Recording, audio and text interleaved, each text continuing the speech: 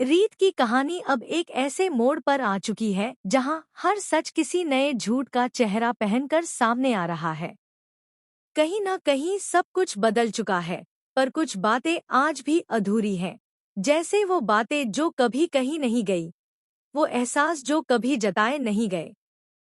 क्या कहीं ना मुझे आपसे कुछ बात करनी थी। ये शब्द जैसे कमरे की हवा में ठहर गए। सामने खड़ी रीत के चेहरे पर एक अजीब सी बेचैनी थी। उसकी आंखों में वो सवाल थे जिनके जवाब शायद किसी के पास नहीं थे। तभी पीछे से आवाज आई, अरे इसका मुंह कहाँ है? ये तो हमेशा ऐसे ही रहती है। लेकिन इस बार बात कुछ और थी। रीत सिर्फ बात नहीं करना चाहती थी, वो अपना सच सुनाना चाहती थी। उसने धीरे से कहा, आप दोनों के बीच में काफी दूरियां रह चुकी हैं, लेकिन अब वक्त आ गया है कि वो सब खत्म हो जाए। उसकी आवाज में एक मजबूती थी, पर उसके दिल में डर भी, क्योंकि सच कहना हमेशा आसान नहीं होता।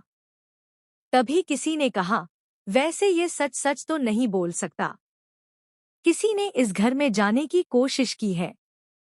हम ये नहीं भूल सकते कि किसी ने उसे इस घर में जिंदा, हाँ, जिंदा दफन किया था। कमरे में सन्नाटा छा गया। दीवारों पर लगी तस्वीरें भी जैसे उस दर्द को महसूस कर रही थी। तुझे लगता है तुझे याद नहीं है, लेकिन मैं तो वहां खड़े खड़े पूरा नजारा देख रही थी। रीत ने कहा, उसकी आंखों में गुस्सा और आंसू दोनों थे।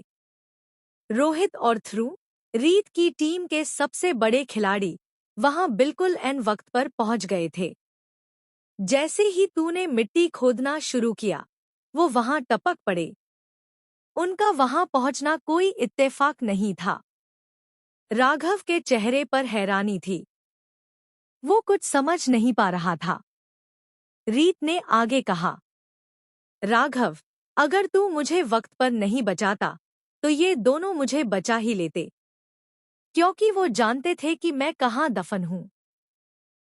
किसी ने सब कुछ पहले से प्लान किया हुआ था। राघव की आंखें चौड़ी हो गईं। उसने कहा, मेरे लिए इस बात पर विश्वास करना बहुत मुश्किल है। रीत ने शांत स्वर में पूछा, क्यों मुश्किल है बेटा? क्या तू अब भी उस पुराने भरोसे में जी रहा है? फिर किसी ने गहरी आवाज में कहा, रीत ने जो नया रूप धारण किया है, उसने हमें दिखा दिया है कि वो क्या क्या कर सकती है। जिस तरह उसने हमारी कंपनी छीनी, हमारे घर में कब्जा किया। तुझे लगता है वो यहीं रुक जाएगी? ये वो रीत नहीं है।